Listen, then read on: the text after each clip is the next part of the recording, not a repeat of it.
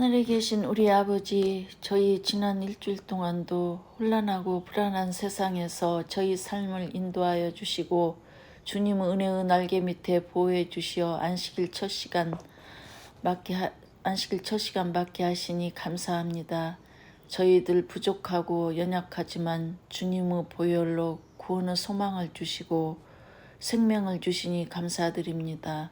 그러나 저희들 살면서 알게 모르게 저희 생각과 말로 지은 죄가 많사오니 용서 은혜를 베풀어 주시어 정결한 마음 주소서.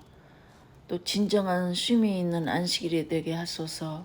이 시간 아프신 분들 한니나 조성규 선생님, 최순식 장로님, 어르신들 기억하여 주시었고 치료와 회복이 되는 안식일이 되게 하소서.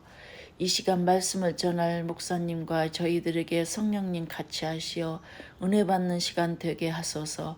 이 모든 말씀 예수님 이름으로 기도드립니다. 아멘. 안녕하십니까? 오늘 안식일 예배 자리에 나오신 모든 성도님들을 진심으로 환영합니다. 오늘은 숨으시는 하나님이라는 제목으로 시편 42편의 말씀을 함께 묵상하겠습니다. 먼저 시편 42편의 말씀을 제가 읽겠습니다. 하나님이여, 사슴이 시냇물을 찾기에 갈급함같이 내 영혼이 주를 찾기에 갈급하나이다. 내 영혼이 하나님 곧 살아계신 하나님을 갈망하나니 내가 어느 때까지 나아가서 하나님의 얼굴을 배울까? 사람들이 종일 내게 하는 말이 내 하나님이 어디 있느뇨 하오니 내 눈물이 주야로 내 음식이 되었도다. 내가 전에 성의를 지키는 무리와 동행하여 기쁨과 감사의 소리를 내며 그들을 하나님의 집으로 인도하였더니 이제 이 일을 기억하고 내 마음이 상하는도다. 내 영혼아, 내가 어찌하여 낙심하며 어찌하여 내 속에서 불안하여 하는가? 너는 하나님께 소망을 두라. 그가 나타나 도우심으로 말미암아 내가 여전히 찬송하리로다. 목마른 사슴이 시냇물을 찾듯이 여러분들은 하나님을 찾고 계십니까? 여기 나오는 시편의 기자는 애타게 하나님을 찾고 있지만 하나님은 보이지 않습니다. 침묵하십니다. 아무 응답이 없는 것처럼 보입니다. 다윗은 시편에서 최소 11번 이상이나 하나님은 숨으신다라고 표현하고 있습니다. 하나님은 우리 인생에서도 그렇게 잘 찾아내기가 쉽지 않습니다. 여러분은 어린 자녀들과 술래잡기를 해보셨습니까? 저는 딸을 둘을 키우면서 술래잡기 놀이를 많이 해보았습니다. 보통은 아이들이 숨고 제가 찾는 역할을 많이 했습니다. 아이들이 뻔히 숨은 곳을 알고 있지만 그러나 알지 못하는 것처럼 찾는 것에 어려움을 느끼는 것처럼 행동하면 아이들은 더욱 흥미로워하죠. 그리고 마침내 아이들을 찾아내면 아이들은 무척 즐거워합니다. 반대의 경우도 많이 해봤습니다. 이제는 아이들이 저를 찾는 경우이죠. 아이들이 아직 기저귀를 차고 있을 무렵에 아이들은 뒤뚱거리면서 여기저기로 아빠를 찾아다닙니다. 벽장 속에도, 또 아이들은 쓰레기통 뒤에도, 오븐, 또 싱크대, 다양하고 엉뚱한 곳에서 열심히 아빠를 찾아 헤맵니다. 제 딴에는 내가 그런 곳에 숨어 있을 것이라고 생각한 모양입니다. 만일 이 귀여운 꼬마 술래가 아빠를 찾지 못하고 계속해서 헤맨다면 저는 조심스럽게 힌트나 혹은 단서를 제공합니다. 벽장문 앞에 슬쩍 발 한 짝을 내밀어 준다든지 소파 뒤에 숨었다가 머리끝을 살짝 내밀다든지 하는 것이지요. 이렇게 하는 이유는 간단합니다. 제가 제 딸들과 술래잡기 놀이를 하는 핵심적인 목적은 숨는 데 있는 것이 아니라 찾는 데 있기 때문입니다. 저는 숨습니다. 하지만 정말로 숨으려고 숨는 것은 아닙니다. 반대로 딸이 저를 잘 찾아낼 수 있도록 숨으려고 노력합니다. 마침내 그런 힌트를 통해서 저를 찾게 되었을 때에 그들의 반응은 너무도 기쁘고 또 행복해 보입니다. 마찬가지로 하나님께서도 술래잡기 하는 아빠와 똑같으십니다. 그분은 우리를 남겨두고 숨으십니다. 하지만 우리가 찾을 수 있는 곳에 항상 계십니다. 오늘 우리가 성전에 나온 이유도 혹은 온라인을 통하여 그분께 예배하는 이유도 그분을 찾고 그분을 만나기 위함입니다. 하지만 동이 서에서 먼 것처럼 우리 인간의 길과 하나님의 길은 너무나 많이 다릅니다. 인간이 아무리 육체적으로 노력하고 정신 수양을 쌓는다 해도 또 영적으로 분발한다고 해도 하나님을 찾을 수도 붙잡을 수도 또 인간의 어떤 행위로도 하나님을 잡을 수도 없습니다. 하지만 하나님의 사랑과 은혜에 간절하게 매달릴 경우에 그 사정은 달라집니다. 우리가 완전히 자포자기하여 절망의 상태에 빠져 있을 때 딸이 술래잡기를 하다가 아빠 제발 나와주세요 라고 말할 때에 아빠는 숨는 것을 포기하고 나타나는 것처럼 하나님도 우리에게 잡혀주십니다. 아무리 애를 써도 잡을 수 없었던 하나님의 마음이 이 말 한마디에 마음이 녹아 자신의 모습을 드러내는 것입니다. 우리가 이런 간절한 마음의 상태에 도달하게 되면 우리가 쫓던 그분이 이제는 우리를 쫓아오십니다. 이렇게 술래잡기의 과정에서 술래가 바뀌는 현상이 나타나는 것은 바로 예배의 자리입니다. 예배드리는 사람은 술래가 될 필요가 없습니다. 왜냐하면 오히려 하나님께서 그 사람을 찾는 술래가 되시기 때문입니다. 여러분들이 간절한 마음으로 예배를 드린다면 하나님은 여러분들을 추적하고 여러분들을 찾아내고야 말 것입니다. 바울과 실라를 기억하시죠? 그 빌립보의 지하 감옥, 그 컴컴한 곳에 손과 발이 족쇄로 채워진 채 갇혀 있다고 해도 하나님은 예배하는 그들을 찾아내셨습니다. 요나가 자신의 삶을 회개하고 물고기 뱃속에서 간절하게 하나님을 찾는 기도를 드렸을 때에 하나님은 그를 찾아내셨고 그를 다시 살리셨습니다. 베드로가 예수님을 부인하고 자책하며 마음이 찢어지는 회개의 기도를 드렸을 때에도 주님께서는 그를 다시 찾아오셨고 그를 사람 넉는 어부가 되게 하셨습니다. 여러분들이 찬양과 기도의 순간이 다다른다면 하나님은 반드시 여러분들의 위치를 추적하여 여러분들을 찾아내실 것입니다. 너희는 내 얼굴을 찾으라. 시편 27편 8절의 말씀입니다. 너희는 여호와를 만날 만한 때에 찾으라. 이사야 55장 6절에 있는 말씀입니다. 하지만 하나님은 때로 우리에게서 자신을 숨기십니다.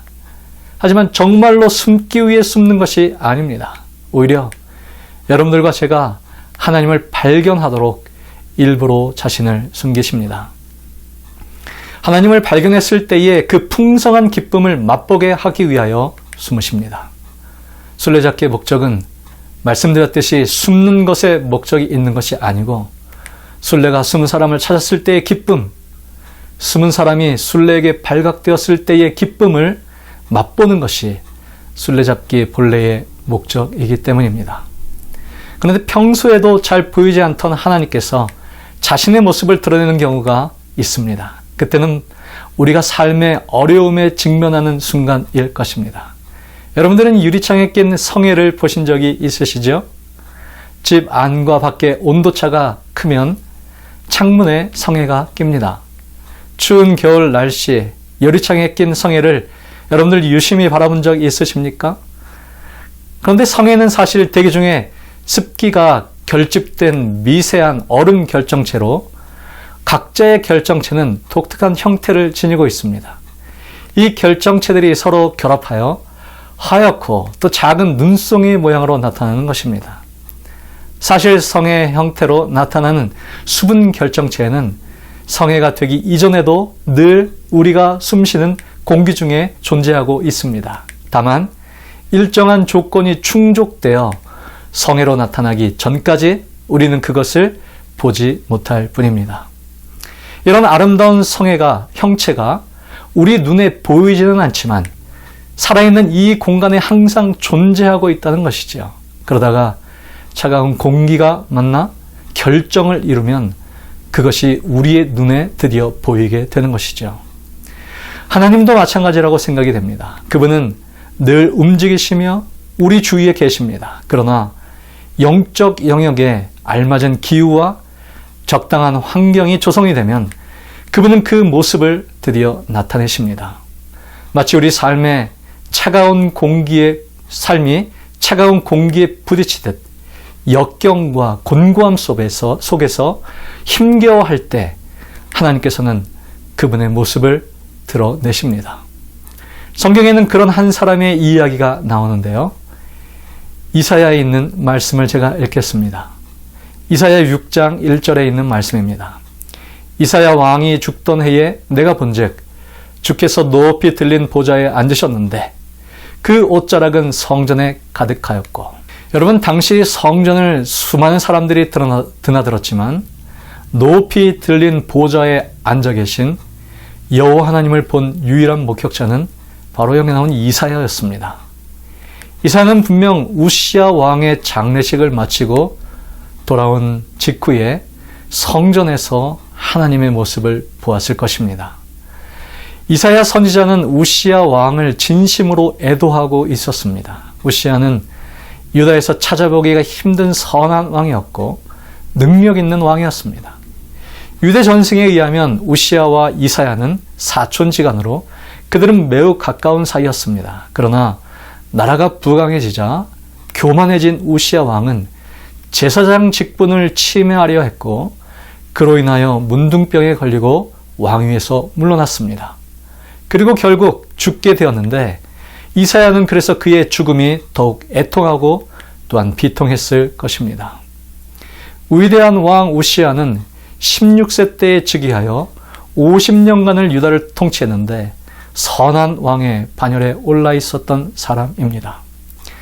어쩌면 평생을 의지하던 우시야 왕이 죽자 이사야 선지자는 의지할 곳이 없어졌을 것이고 결국 하나님의 존전에 나아가 의지할 곳을 찾을 수밖에 없었을지 모릅니다.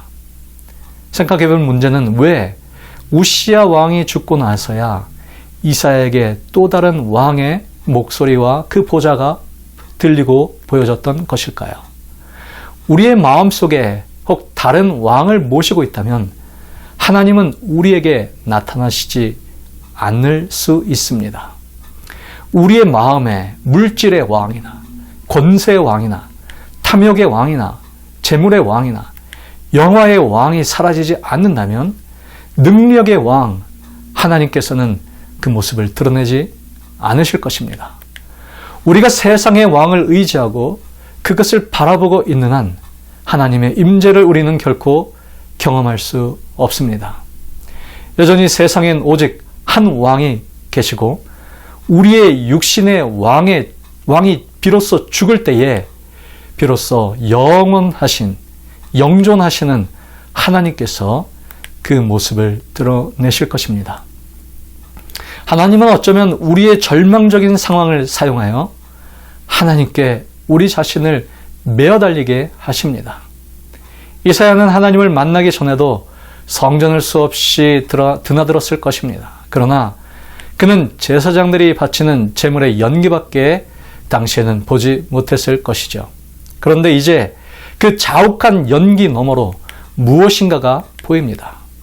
우리도 하나님의 임재를 체험하는 과정에서 자욱한 연기 건너편 제사장들의 뒤쪽을 바라보아야 합니다. 교회에서 지도하는 찬양 인도자가 찬양을 인도하기 때문에 수동적으로 찬양을 따라 부르고 있다면 우리의 시야는 베일에 가려진 상태 그대로일 것입니다. 말씀을 전하고 기도하는 이의 뒤에 계신 하나님의 형상에 우리의 시각을 맞춘다면 우리의 삶은 달라질 것입니다.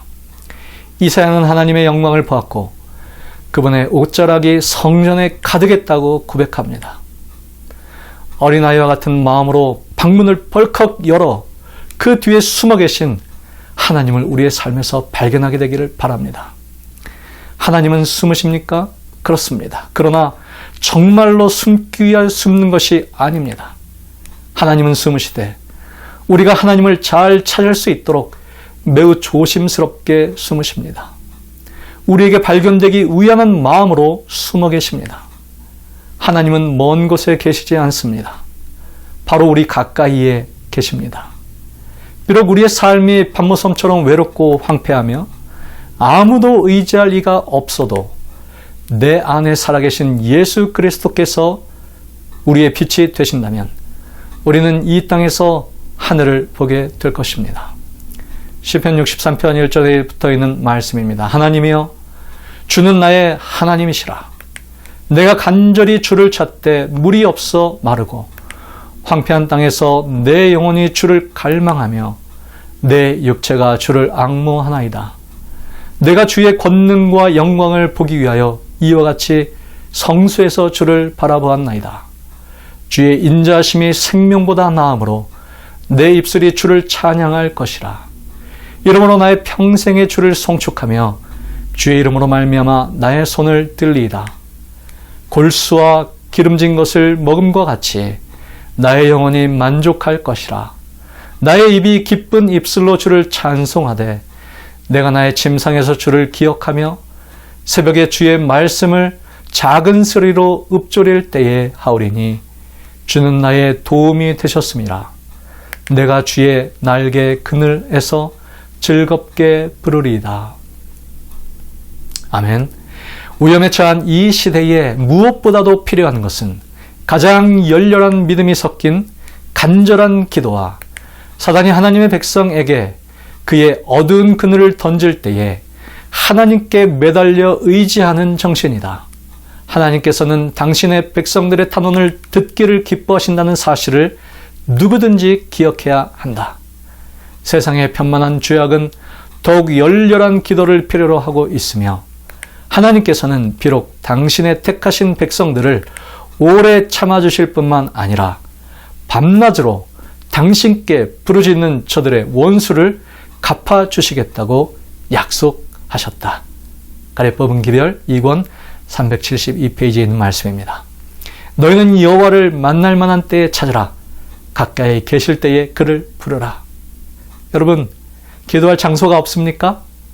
주님은 산에서 기도하셨고 베드로는 지붕에서 기도했고 이삭은 들에서 기도했고 나다나엘은 무화과나무 밑에서 기도했고 요나는 물고기 뱃속에서 기도했고 그 어느 곳에라도 우리가 무릎을 꿇는다면 그것이 골방과 기도실과 베델이 될 것이고 하나님이 임재하시는 거룩한 땅이 될 것입니다.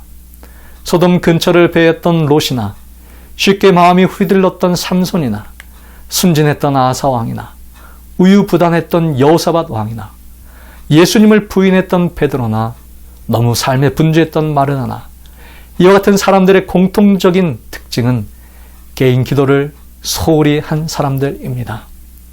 사람들이 겉으로 드러나게 타락하기 전부터 이미 개인적인 타락은 은밀하게 진행됩니다. 그것은 기도하는 일에 실패한 사람들입니다.